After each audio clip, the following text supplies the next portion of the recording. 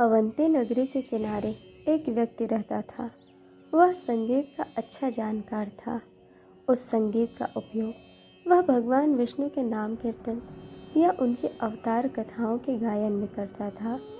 भगवान विष्णु पर उसका अटूट प्रेम था। वह भगवान के बताए सहज कर्म का पालन अर्थात एकादशी का व्रत करता था और मंदिर के पास जाकर जागरण करता था और रात भर संगीत से भगवान को रिझाया करता था।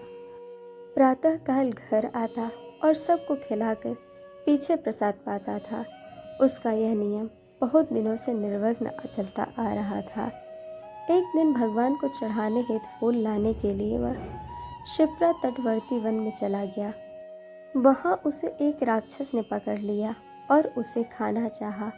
भक्त ने कहा, तुम कल मुझे खा लेना, आज मुझे भगवान के सामने रात्रि जागरण करना है और उन्हें संगीत सुनाना है, अतः आज मुझे छोड़ दो। इस कार्य में तुम्हें बाधक नहीं होना चाहिए।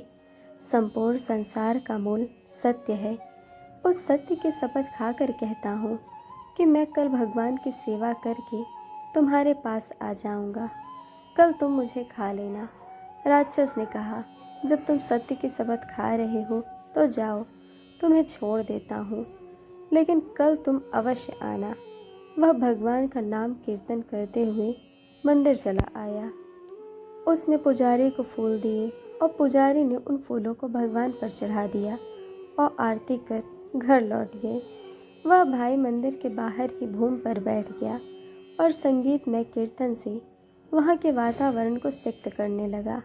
रात बीतने पर उसने स्नान किया, भगवान को नमस्कार किया और वचन को सत्य करने के लिए वह राक्षस के पास जा पहुंचा। राक्षस को विश्वास न था कि वह फिर मेरे पास पहुंचेगा। उसको देखते ही राक्षस के हृदय में पूज्य भाव पैदा हो गया। उसने आदर के साथ पूछा, महाभाग, पहले ये बताओ कि मंदिर के बाहर बैठकर रात भर जागरण भगवान के नाम का कीर्तन करते हुए तुम्हारा कितना समय बीत गया है?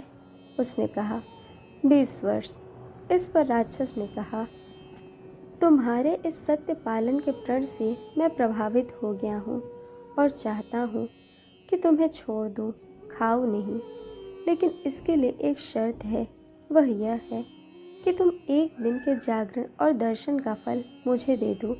यदि नहीं दोगे तो मैं भी सत्य की शपथ लेता हूँ कि तुम्हें छोड़ूंगा नहीं, अभी खा जाऊंगा। भक्त जानता था कि एक रात के जागरण का फल देने की अपेक्षा अपने प्राण दे देना ज़्यादा अच्छा है। इसीलिए कहा कि तुम भूखे हो, मुझे खा जाओ। मैं एक रात का अपना पुण्य तुम्हें देने को तैयार नहीं हूँ। तुम इधर उधर की बात ना करो। मुझे खाने के लिए बुलाया था तुमने, अब मुझे खा लो।